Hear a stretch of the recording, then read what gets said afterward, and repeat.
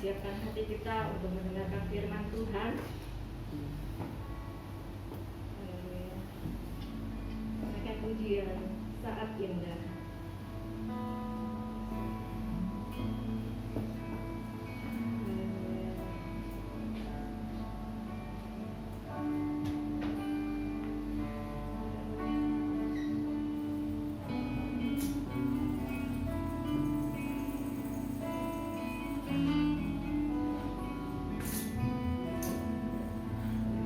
Saat indah ku berhadapan denganmu.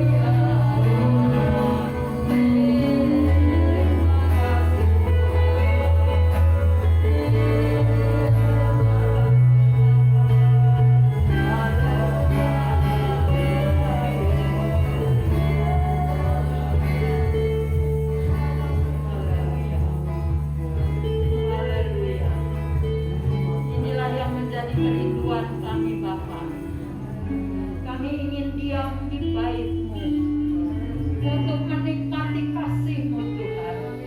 Kami percaya Bapa bahwa kasih-Mu adalah Engkau sendiri. Kami mau menikmati Engkau di dalam kehidupan kami. Engkau melihat saat ini jemaat-Mu NGD, penuhkan kami dengan anugerah-Mu ya Bapa, sehingga kami yang datang dengan harapan pulang mendapatkan jawaban, yang datang dengan sakit penyakit pulang dengan kesembuhan, yang datang dengan masalah persoalan pulang dibebaskan oleh Tuhan. Kami boleh dimerdekakan karena ada Roh-Mu di dalam kehidupan kami, sehingga membuat kami menjadi tenang. Terima kasih Bapa yang baik. Kami bersyukur kepadamu. Kami ada bersama Engkau pagi hari ini untuk menikmati bait-Mu Bapa. Terima kasih Bapa yang baik. Kami sudah banyak memuji dan memuliakan Engkau. Sebentar tiba saatnya kami akan mendengarkan suara-Mu Bapa. Kami rindu untuk menikmati firman-Mu di dalam kehidupan kami. Karena firman-Mu untuk menuntun kami kepada segala kebenaran. Bahwa kami masuk dalam kebenaran-Mu ya Bapa. Sehingga Tuhan lewat hidup kami boleh menjadi kemuliaan-Mu, menjadi terang-Mu di tengah-tengah yang gelap ini Bapa. Sehingga terang yang ada di dalam kehidupan kami boleh mengalahkan kegelapan yang ada di dalam dunia ini. Terima kasih Bapa yang baik. Engkau pakai hamba-Mu, urapi dengan urapan baru dari surga. Berbicaralah bagi saat ini. Kami mau buka hati kami untuk Engkau Roh Kudus berkuasa di dalam hidup kami. Masukkan firman-Mu di dalam kehidupan kami. Untuk firman-Mu kami boleh menjadi orang yang taat dan setia kepada Tuhan. Urapi sekali lagi hamba-Mu dengan urapan baru dari surga, sehingga lewat lidah bibirnya Engkau memberkati dia. Kami mau serahkan di dalam tangan Tuhan. Terima kasih Bapa yang baik. Jam pemberitaan firman-Mu kami bawa di dalam tangan Tuhan. Kuasai kami semua. Biarlah pikiran kami boleh tertuju kepada firman Tuhan, sehingga tidak ada satu kata pun yang lewat dari kehidupan kami, melainkan setiap kata menjadi bagian di dalam hidup kami, yang boleh bergerak firman-Mu. Firman-Mu hidup dan berkuasa di dalam hidup kami, menuntun kami kepada segala kebenaran Tuhan. Terima kasih Bapak. Kalau ada kuasa-kuasa kegelapan, roh-roh yang akan mengganggu datangnya firman-Mu, kami mau satukan hati kami. Kami tolak, kami usir, kami hancurkan di dalam nama Tuhan Yesus Kristus. Hanya Roh Kudus yang ada di tengah-tengah kami, mencenderungkan hati dan pemikiran kami tertuju kepada Tuhan. Beracaralah bagi kami saat ini Roh Kudus. Engkau yang mengambil alih pelayanan ini dari pertengahan sampai dengan selesainya. Kami letakkan di bawah kaki-Mu ya Bapa. Terima kasih Bapa yang baik. Kami sambut firman-Mu hanya di dalam nama Tuhan Yesus Kristus, Allah yang menjadi juru selamat pelepas jiwa kami yang hidup. Kami sudah berdoa serta mengucap syukur. Haleluya. Mari kita yang mau diberkati katakan amin. Amin.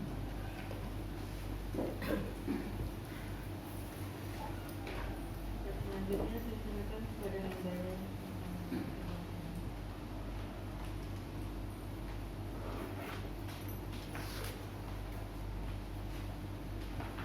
Shalom Bapak Ibu. Shalom, puji nama Tuhan. Saudara merasakan hadirat Tuhan? Amin. Amin. Ya, puji Tuhan. Dia hadir, Dia memenuhi akan kehidupan kita pada saat ini. Ya, kita pertama-tama saya mengucapkan selamat ulang tahun kepada Bapak Gembala yang ke-62, sehat dan terus berkarya bagi Tuhan.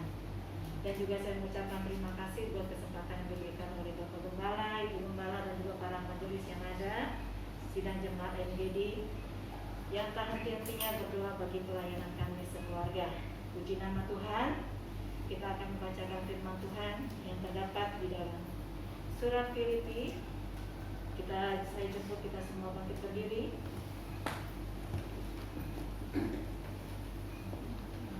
Filipi pasal yang ketiga, ayat yang ke-7 sampai ayat yang ke-10. Nanti ayat pokok kita ada di ayat yang ke-10.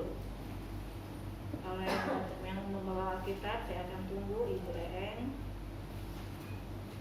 mungkin Ani, sampai mereka menemukan. sudah dapat, katakan amin. Filipi pasal yang ketiga, ayat yang ke-7 sampai ayat yang ke-10. Demikian firman Tuhan. Kita baca bersama-sama ayat ini. 2, 3. Tetapi apa yang dahulu merupakan keuntungan bagiku, sekarang kuanggap rugi karena Kristus.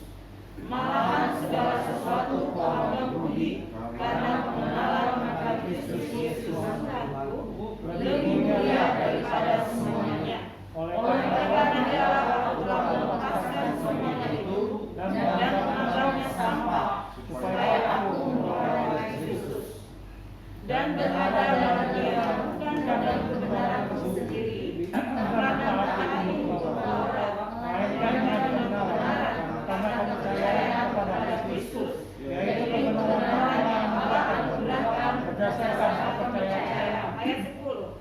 Yang kukehendaki ialah mengenal Dia dan kuasa kebenarannya dan kuasa dalam penderitaannya, di mana aku menjadi serupa dengan Dia dalam pengabdiannya. Demikian firman Tuhan. Terpujilah Allah, diberkatilah orang yang membaca, merenungkan, bahkan yang melakukan firman Tuhan, dan terpujilah Allah kita. Puji nama Tuhan. Firman Tuhan pada pagi hari ini saya beri judul mampu mengembangkan prioritas.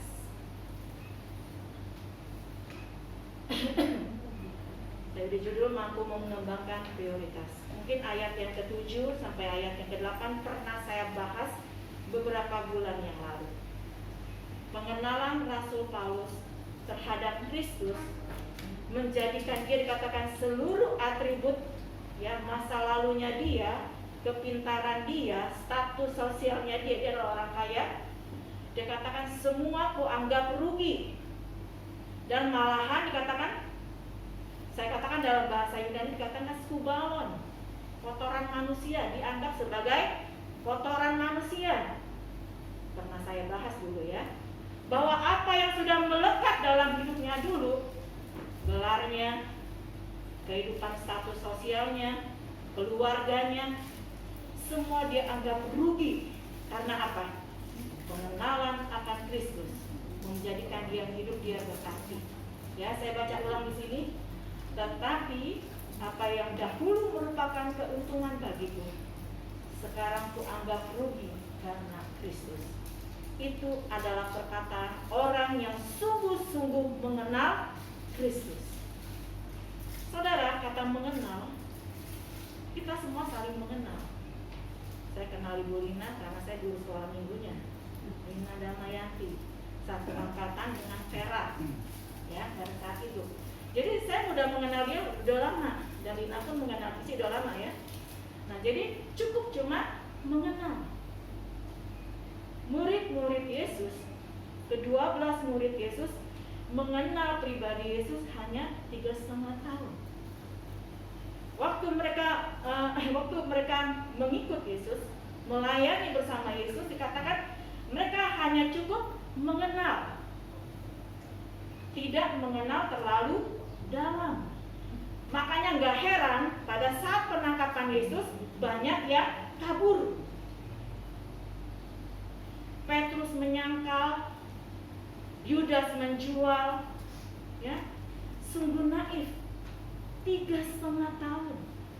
Orang pacarannya kalau 3,5 tahun sudah semakin dekat, mengenal. Tetapi katakan murid-murid cuma melihat apa yang dilakukan Yesus. Dia cuma bangga mempunyai guru yang bisa menyembuhkan orang sakit, membangkitkan orang mati. Dia cuma bangga seperti itu. Belum punya pengenalan yang dalam. Tapi di antara 12 itu ada satu yang paling dekat dengan Yesus. Dan dia sudah menulis 4 surat. Yohanes 1, 2, 3 Yohanes dan Wahyu. Itu adalah berkat pengenalan akan Tuhan. Dia dikatakan dia selalu dekat dengan Tuhan Yesus. Dia ada selalu di dadanya Tuhan. Setiap Yesus berkata, dia rasakan degutan daripada jantung Yesus. Pada saat Yesus menampakkan diri kepada murid-murid, cuma Yohanes yang mengenal Yesus. Pada saat mereka tidak punya harapan dan mereka kembali kepada pekerjaan semula, menjadi nelayan kembali, waktu mereka katakan Yesus jalan di atas air, semua katakan hantu. Tetapi Yohanes katakan, Guru, itu Yesus. Karena apa? 3,5 tahun dia memanfaatkan waktu yang baik untuk mengenal siapa gurunya. Amin. Ya. Jadi dikatakan di sini oleh Rasul Paulus, ku anggap rugi. Titel semua status dikatakan, kalau aku tidak mengenal Tuhan Yesus. Amin. Karena orang yang mengenal Yesus, dia tidak akan pergi dari pelayanan. Amin. Dia tidak akan pergi daripada Yesus, bahkan kembali kepada dunia yang sesat. Karena apa? Dia kenal siapa yang dia sembah. Dia kenal siapa Tuhannya. Dan itu dikatakan Rasul Paulus, ya, dengan penuh kuasa Roh Kudus. Dikatakan saat murid-murid di hari yang ke-10 penantian Roh Kudus, saat Roh Kudus memenuhi kehidupan mereka, mereka baru punya pengenalan. Amin. Petrus berkhotbah, 3.000 jiwa dimenangkan. Dia berkhotbah tanpa teks, tanpa Alkitab. Tetapi apa yang sudah dia renungkan, yang dia terima dulu, Roh Kudus menelangi dia. Dia dikatakan, hei orang Yahudi, orang Saduki, Kristus yang engkau salib, dia adalah Mesias yang engkau nantikan. Dulu dia orang yang takut. Dikatakan dosa yang paling parah Petrus, karena dia menyangkal, murtad, sebagai murid yang murtad. Waktu dia lemah, dikatakan, oh salah satu dari muridnya, bukan? Oh tidak, anak kecil lagi dia takut, tidak, bukan saya. Tetapi setelah peristiwa di kamar loteng, Roh Kudus memberikan dia pengenalan yang sesungguhnya siapa Yesus yang dia ikuti selama 3,5 tahun. Dia katakan dia berani, dan seluruh murid-murid semua mau mati untuk melayani Tuhan. Makanya saya katakan di sini, mampu mengembangkan prioritas. Dalam kehidupan kita semua kita punya prioritas. Prioritas saya sekarang Maes. Ya, dia akan masuk SMP dan entah saya masih nemenin dia berapa tahun, karena Tuhan yang punya umur saya, ya. Jadi dalam hidup kita harus punya prioritas.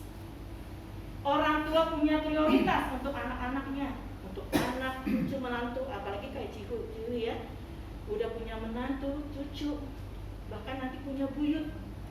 Jadi punya prioritas yang utama. Nah, ada 3 langkah membangun kehidupan yang berkualitas. Yang pertama, memprioritaskan pengenalan akan Kristus. Yang pertama di ayat yang ke-10 dikatakan, yang ku kehendaki ialah mengenal Dia. Bagian A-nya, yang ku kehendaki ialah mengenal Dia. Apakah saudara sudah mengenal Dia? Kita kenal Jokowi, ya, dari televisi, dari segala sesuatu yang diperbuat oleh dia, kita kenal. Tetapi apakah saudara mengenal dia terlalu dalam? Enggak. Yang kenal sama dia cuma keluarganya, istri, anaknya, menantunya. Kenal dengan Pak Jokowi secara dekat, ya. Kata mengenal di sini dalam bahasa Yunani-nya ginosko. Kenapa saya selalu memakai bahasa Yunani? Karena Perjanjian Baru ditulis dalam bahasa Yunani. Jadi kalau saudara mau mengerti bahwa yang ada di Perjanjian Baru itu harus belajar bahasa Yunani, ya. Mengenal ginosko artinya mengenal sampai selesai, gak cuma sekedar kenal. Ginosko, ya. Waktu Petrus ditanya oleh Yesus 3 kali, Petrus, apakah engkau mengagape aku? Pertama, mengasihi aku, ya, di sini di bahasa Indonesia tulisnya mengasihi, tapi bahasa Yunani mengagape aku. Gak berani jawab dia. Ya. Oh, dia pertama, oh saya mengasihi Tuhan. Kedua kalinya, Petrus, apakah engkau mengagape aku? Agape, saudara, kasih yang tidak menuntut imbalan. Apa yang saudara sudah beri, saudara berikan semuanya. Seperti kasih Tuhan. Petrus kedua masih mikir-mikir dia, tapi masih dia jawab, saya mengasihi Tuhan. Tetapi yang ketiga, Yesus mengenal dia. Yang ketiga, Yesus menanyakan, Petrus, apakah engkau memfilial aku? Di sini kan mengasihi semua ya. Kalau di Yunani jelas saudara. Ketiga, filial, kasih persaudaraan. Ya, kasih antara seperti keluarga. Baru Petrus katakan, Yesus engkau yang tahu hatiku. Ya. Waktu agape dia katakan cepat-cepat. Tapi Yesus tahu. Dia tidak mengagape kepada Tuhan Yesus. Dia cuma sebatas kasih persaudaraan, filial. Maka dikatakan hancurlah hati Petrus saat itu. Ya, waktu ketiga kali Tuhan engkau yang mengenal hatiku. Ya, makanya Paulus katakan, yang ku kehendaki, yang ku prioritaskan adalah pengenalan akan Kristus. Nah, kata ginosko juga dipakai seperti hubungan intim antara suami dan istri oleh orang Yahudi.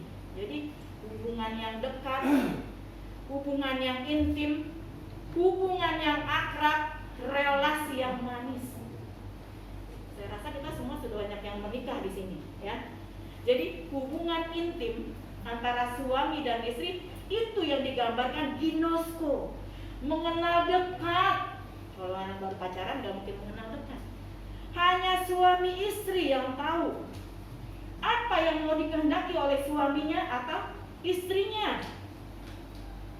Ya. Dan dari hubungan itu terjadi suatu relasi. Bukan hanya kebutuhan saja, tapi ada relasi yang begitu indah, yang begitu akrab.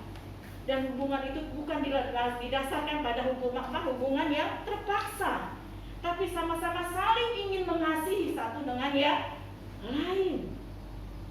Jadi mengenal di sini diibaratkan seperti saudara dengan suami saudara, saudara dengan istri saudara. Ya, hubungan yang intim, yang akrab. Dan Paulus ingin seperti itu, dekat. Dan Yohanes katakan, setiap dia mendengar detak jantung Yesus, dia katakan, setiap bukan Yesus bawakan firman Tuhan, ya kan, mengajar murid-murid. Dia katakan Yohanes selalu duduk dekat Yesus, sehingga dia dipercayakan pada saat Yesus mati di kayu salib. Sebelum dia mati, dia katakan, Yohanes, ini ibumu. Yang Maria dikatakan, ini ibumu, jagalah dia. Ya, kalau orang yang mengenal, saling mengenal, ada kepercayaan, ya, seperti Yesus mempercayakan ibunya kepada Yohanes, karena cuma dia yang mengenal Yesus. Gak dititipin sama yang lain, enggak. Cuma Yohanes. Karena ada hubungan yang intim, ada hubungan yang akrab antara Yesus dengan Yohanes. Ya, jadi di dalam kita mengiring Tuhan, kita melayani Tuhan, harus ada pengenalan yang sempurna, pengenalan yang dekat, ginosko sama Tuhan. Kalau saudara tidak memiliki pengenalan yang dekat dengan Tuhan, saudara akan merasakan pelayanan saudara tidak akan menjadi berkat. Amin. Ya, saudara melayani musik ya akan jago aja saudara. Tapi saudara ditambah dengan saudara mengenal Tuhan, mengasihi Dia, maka pelayanan saudara akan menjadi luar biasa. Amin. Ya, saya katakan pada Ibu Yayang, Ibu Helen, ya, kalau kita punya karunia Roh Kudus, kita bisa membedakan. Ya. Saya katakan sama Ibu Yayang, Ibu Helen punya karunia penyembah.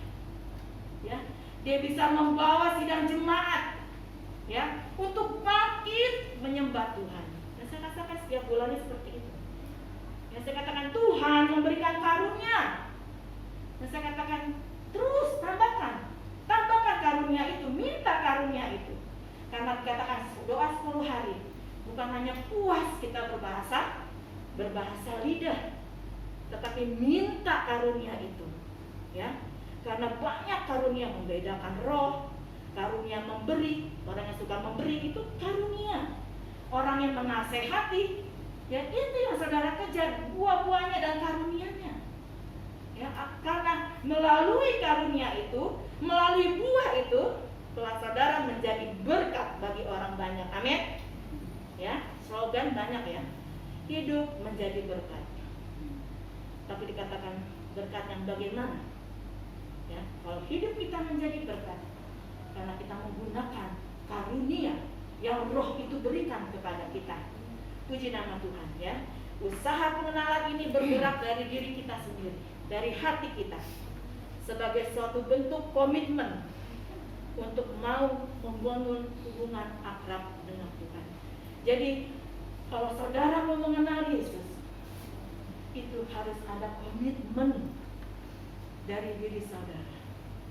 Saudara sendiri yang membangun hubungan itu. Enggak harus orang lain yang membangun itu, tidak. Tapi diri kita sendiri dengan Tuhan. Amin.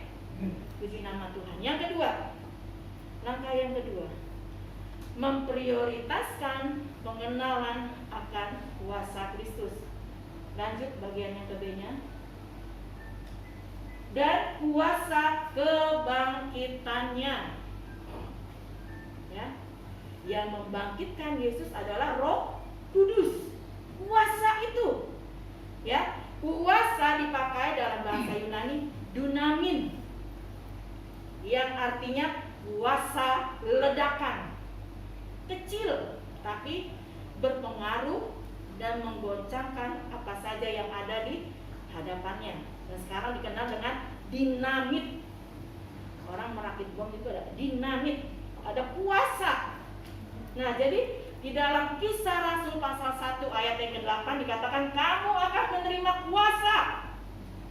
Yesus nggak katakan orang Yahudi dapat kuasa ya, yang lain nggak dapat.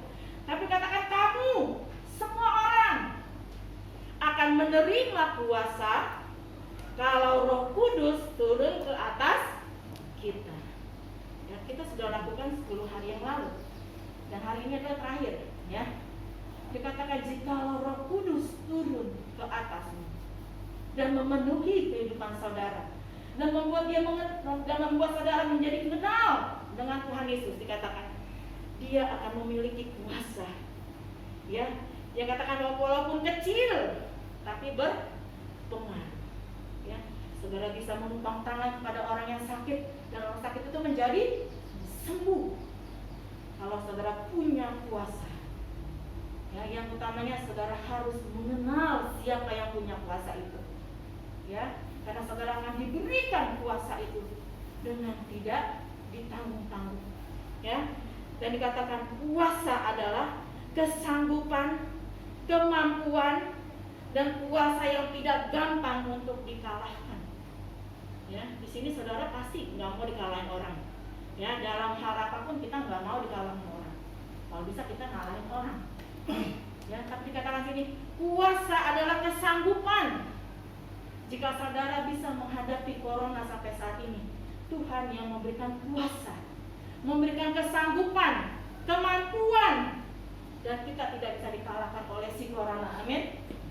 Ya, karena Tuhan dikatakan roh yang ada padaku lebih besar daripada roh yang ada di dunia ini. Yohanes katakan dalam suratnya 1 Yohanes 4 ya, ayat yang keempat dikatakan jangan takut anak-anak Tuhan, karena roh yang ada di dalam kamu, Roh Kudus yang ada dalam hidup kita lebih besar kuasanya daripada roh-roh yang ada di dunia ini. Dunia ini masih dalam kuasa setan, roh-roh jahat ya, yang ingin menjatuhkan setiap hamba Tuhan, anak-anak Tuhan. Katakan kita lebih dari pemenang. Ya, kata Rasul Paulus, kita lebih dari orang yang menang. Lebih hebat dong berarti ya. lebih dari yang pemenang. Dan yang ketiga, memprioritaskan pengenalan akan persekutuan dalam penderitaan. Ayat 10 yang bagian yang kecil, dan persekutuan dalam penderitaannya, di mana aku menjadi serupa dengan dia dalam kematiannya. Persekutuan dalam bahasa Yunani koinonia, yang artinya fellowship atau persekutuan. Pada zaman saya masih muda dulu, mungkin masih ingat ya, kita sering ikut ibadah fellowship. Dan kadang-kadang kita juga bikin ibadah fellowship. Ya, nggak tahu sampai sekarang belum ada lagi ya pemuda-pemuda yang bikin acara ibadah fellowship. Nah, jadi artinya koinonia merasakan, mengalami, dan menghayati arti daripada penderitaan Kristus. Ya. Yang Rasul Paulus inginkan adalah merasakan. Kalau saudara nonton The Passion, saya jamin air mata tuh udah ngocor ya. Apalagi waktu disesah 40 kali dan dagingnya copot. Dengan cemeti yang tajam itu, setiap daging copot. Dan dikatakan di Mazmur pasal yang ke-53, rupanya enggak kelihatan.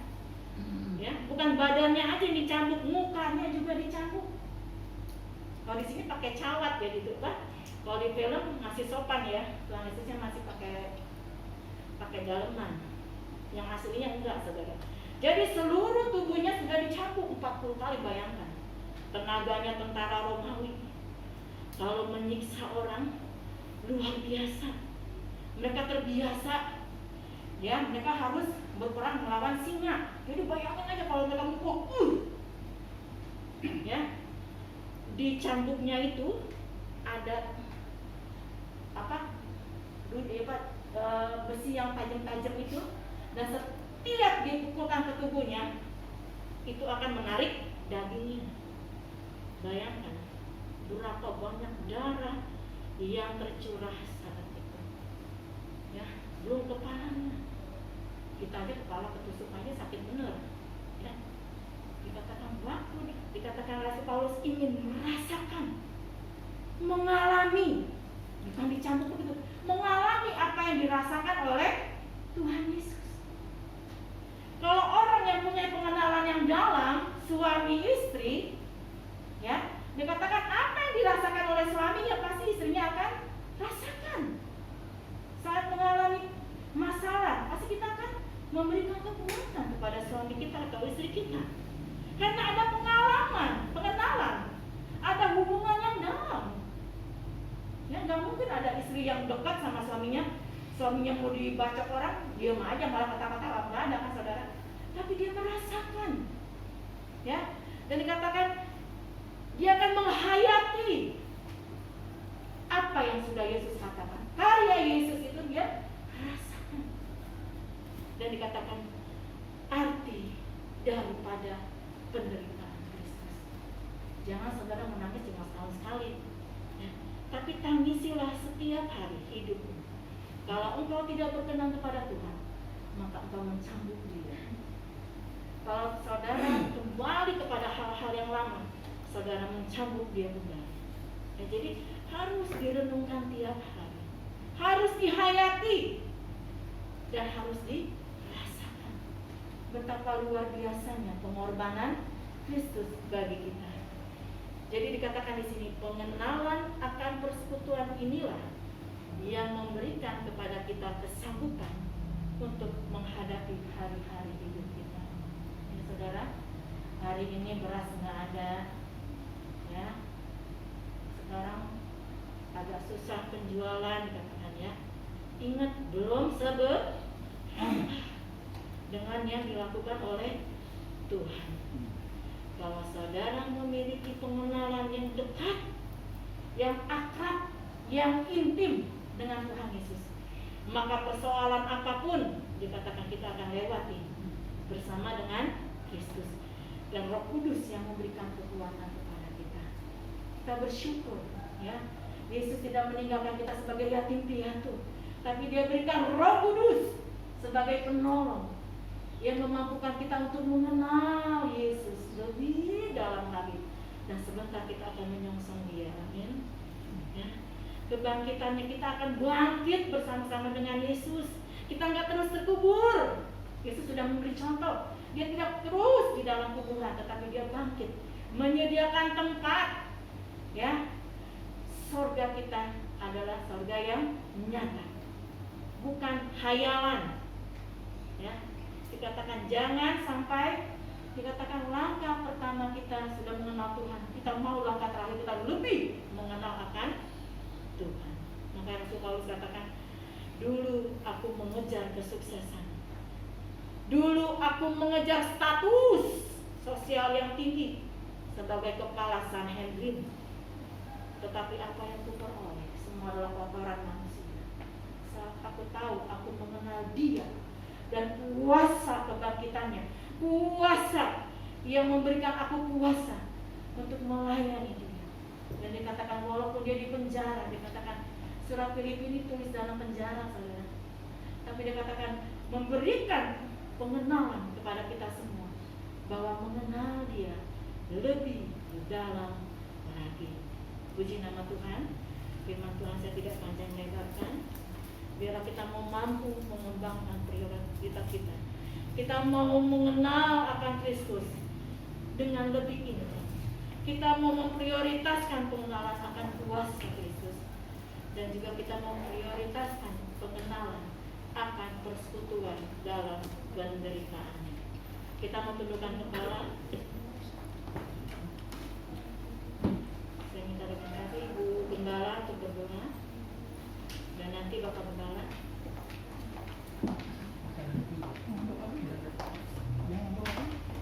Oh, jangan doa dulu, bentar ya Ibu Gembala ya. Saya serahkan pada Bapak Gembala. Bentar ya.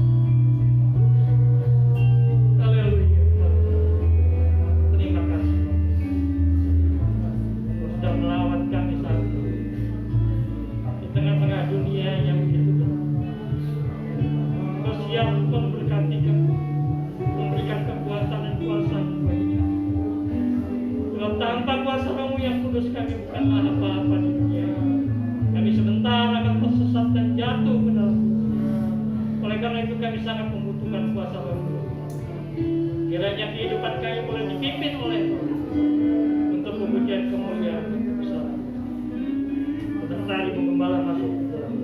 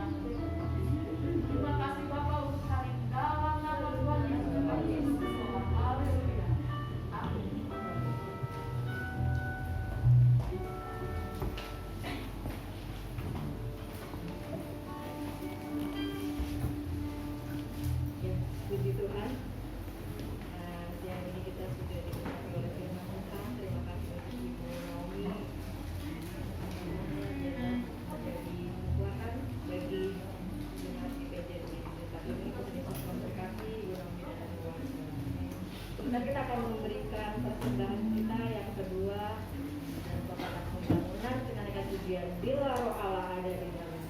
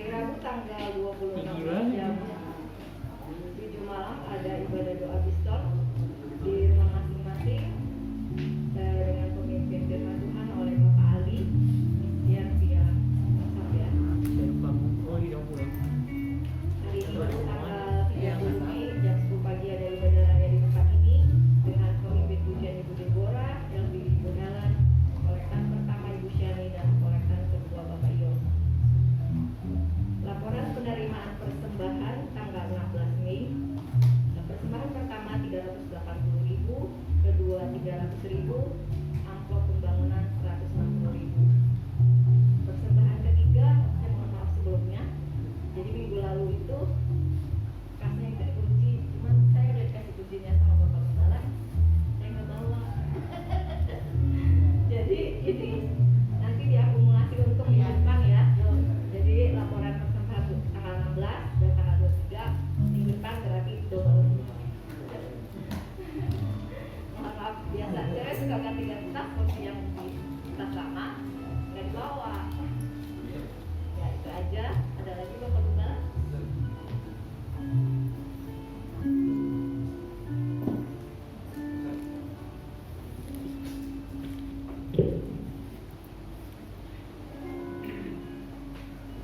Ya, puji Tuhan, mungkin pengumuman selanjutnya karena situasi dan kondisi yang seperti sekarang ini nanti akan dirapatkan untuk Biston itu kita Zoom ya. Jadi kalau selama ini Biston itu kita share melalui WA, tapi karena peristiwa doa 10 hari kita melakukannya dengan Zoom dan itu sepertinya ada dampak positif bagi pertemuan jemaat. Dan nanti sebentar selesai ibadah kita akan rapat dulu apakah memang kita akan melaksanakan seperti itu, tentunya dengan segala konsekuensinya kita harus siap. Dan selanjutnya tetap bantu doa untuk perayaan hari ulang tahun gereja kita tanggal 18 Juli 2021 di tempat ini, supaya perayaan hari ulang tahun gereja kita yang sudah tertunda 1 tahun bisa kita laksanakan tahun ini. Karena kalau kita tunda tahun depan jadinya 2 tahun kita tertunda untuk merayakan hari ulang tahun ke-50 sebenarnya. Tapi karena situasi kondisi COVID yang seperti ini jadi semuanya serba tertunda. Mungkin sementara itu saja dulu rapat atau pengumuman yang saya berikan, nanti akan perkembangannya akan disampaikan minggu-minggu yang akan datang. Terima kasih.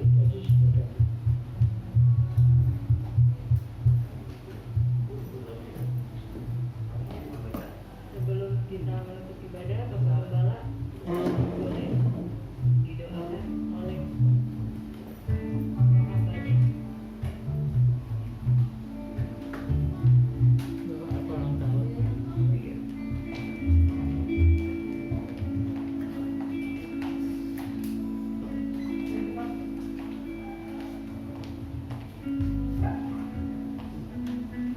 Saya undang hamba Tuhan. Cek.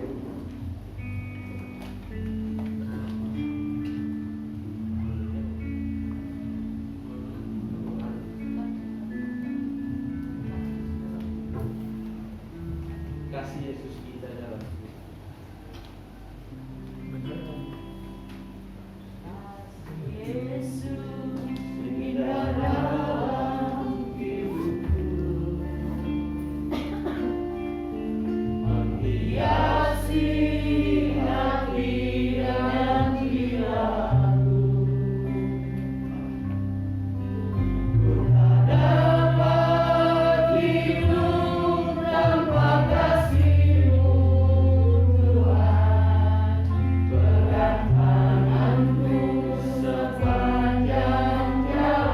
Sekali kita katakan kasih Yesus.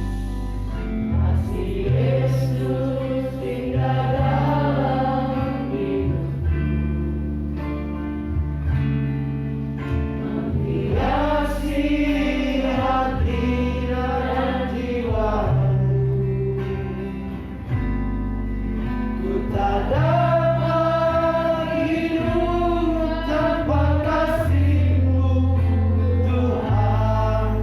Pegang tanganku sepanjang jalan.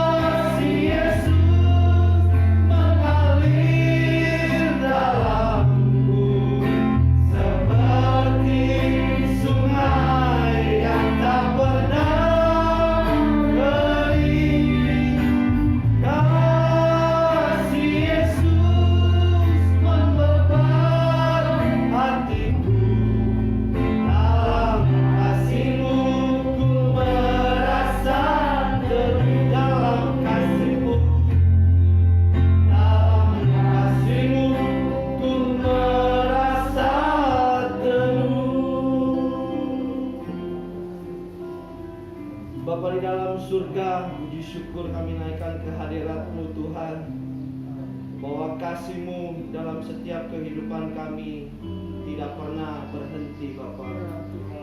Itulah yang menjadi rasa syukur kami pada kesempatan pagi menjelang siang hari ini, bahwa Engkau sungguh baik dalam kehidupan Bapak Gembala kami Tuhan. Kasih-Mu tidak pernah berkesudahan dalam kehidupannya.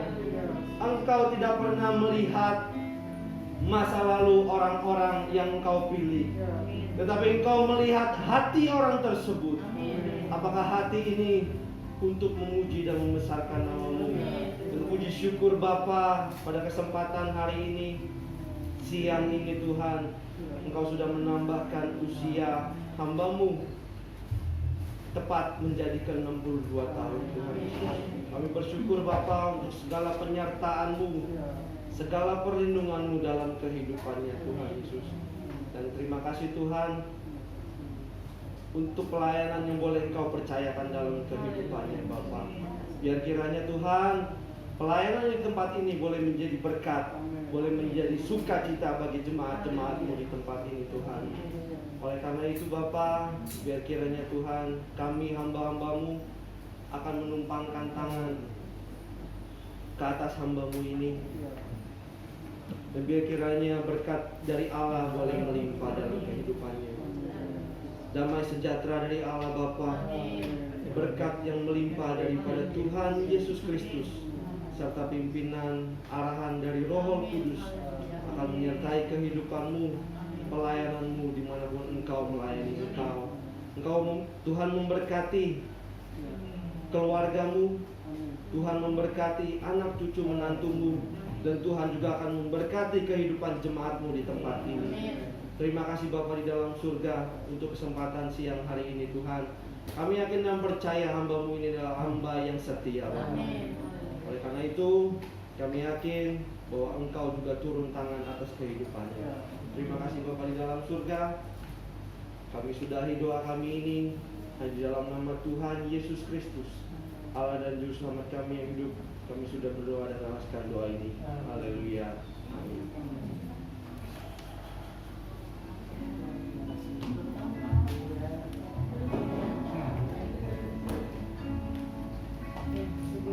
Mari Bapak Ibu Saudara, kita sekarang kita semua bangkit berdiri, kita akan mengakhiri ibadah kita.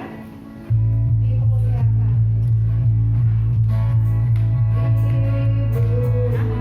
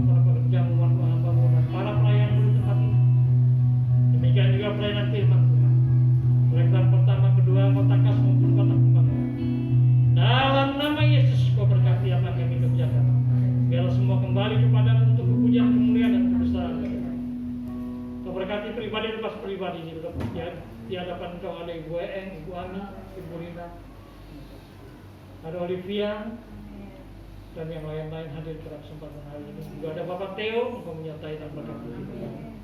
Agar itu mereka semua untuk kepujian kemuliaan besar. Namun juga berdoa bagi umatmu, gerejamu, kabar Injilmu, hambamu, seluruh muka bumi ini di mana mereka berada. Yang merasa takut dan gentar menghadapi ancaman kuasa virus corona atau ancaman kuasa apapun juga yang mungkin mencelakakan kehidupan mereka, dalam nama Yesus. Kirim bala tentaramu dari surga yang melaksanakan jumlahnya turun ke dalam dunia ini. Nyata yang memberkati, menolong dan melindungi kehidupan kita, menyelamatkan kehidupan kami sesuai dengan firman-Mu. Karena Engkau sudah berfirman sekali-sekali tidak akan pernah meninggalkan dan membiarkan kami. Dekati Bapak Presiden, Wakil Presiden, Pak Menteri, Gubernur, Bupati, Wali Kota, Camat, dan RT di kampung, terlebih lagi pelaksanaan vaksin COVID-19. Dalam nama Yesus Kau berkati. Hingga pelaksanaan vaksin boleh berhasil, bangsa dan negara kami boleh segera terlepas dari ancaman kuasa virus corona. Terima kasih Bapak, berkati gereja-gerejamu, hambamu, umatmu di Indonesia dan seluruh muka bumi ini di mana mereka berada. Yang sakit jangan sembuhkan, yang bersih beri kemuliaan, yang tertindas bahkan memberikan kekuatan, dan maka yang kekurangan kau limpahkan kepada. Dan jika sementara dalam makanan minuman yang disediakan bagi kami, Tuhan kuduskan dan kuasa firman-Mu menjadi kesehatan dan kekuatan bagi kita. Dan ingat juga umat-Mu, para hamba-Mu dimanapun mereka berada. Juga kau limpahkan berkat makanan mengulang kita. Dan kalau sebentar kami tinggalkan tempat ini, setelah panjang perjalanan jauh dan segala macam marabai dan kecelakaan, dan kami serahkan hidup kami sepanjang siang, sore hingga malam hari ini kepada kami. Engkau yang menyertai, memberkati, menolong dan melindungi kehidupan kami sesuai dengan janji Tuhan. Terima kasih Bapa, inilah doa kami yang sudah kami minta naikkan dalam berkat nama Tuhan Yesus Kristus, kami bersyukur. Dan sekarang saudaraku, terimalah berkat Tuhan, damai sejahtera dari Allah Bapa, kasih karunia berkat yang berlimpah daripada Tuhan Yesus Kristus, pimpinan tuntunan Allah kuasa Roh Kudus, menyertai, memberkati, menolong dan melindungi kehidupan kita mulai hari ini sampai selama-lamanya. Bapa, terima kasih.